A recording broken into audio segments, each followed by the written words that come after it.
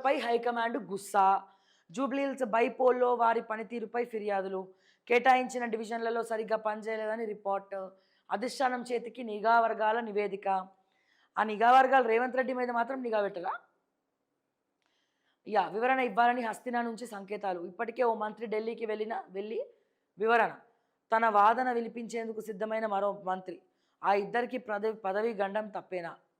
దక్షిణ తెలంగాణకు చెందినటువంటి ఓ ఇద్దరు మంత్రులపై కాంగ్రెస్ అధిష్టానం గుర్రుగా ఉన్నట్లు ప్రచారం జరుగుతుంది. ఎందుకంటే ఈ మధ్య జరిగిన జూబ్లీహిల్స్ బై ఎలక్షన్లో సదరు మంత్రుల పనితీరు సరిగ్గా లేకపోవడమే అందుకు కారణంగా తెలుస్తుంది. మంత్రులు అందరికీ కూడా రాష్ట్ర సర్కార్ ఎన్నికల బాధ్యతలను అప్పగించింది.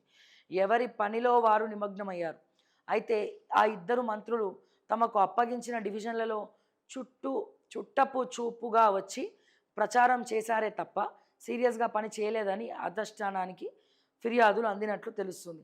అసలు ఈ ప్రచారాల్లో ఎక్కడన్నా ఉత్తమ్ కుమార్ రెడ్డి కనబడ్డా? రోడ్ షోలో ఒకసారి ఏదో వచ్చిపోయాడు. బట్టి ఎక్కడన్నా కనబడ్డా? తుమ్మల ఎక్కడన్నా కనబడ్డా?